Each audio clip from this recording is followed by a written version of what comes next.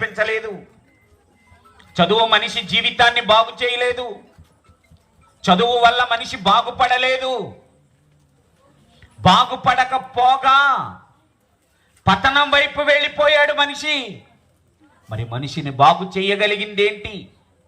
మనిషిని సన్మార్గాన్న నిలబెట్టగలిగిందేంటి? మనిషిని మంచి వాడిగా తీర్చిదిద్దగలిగినదేంటి? ఏంటో చూడండి, చెబుతున్నాడు. బైబిల్ అన్నీ చెబుతుంది ప్రియమైన దేవుని పిల్లారా. సామెతల గ్రంథం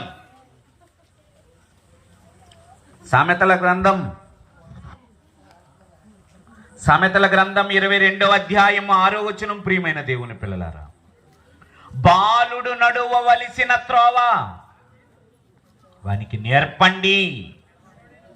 ఏం చేయాలి? బాల్యాన్ని ఎవరు గాలి కుదిలేయకండి. మరి బాల్యంలో ఏం చేస్తున్నారు? అందరూ కూడా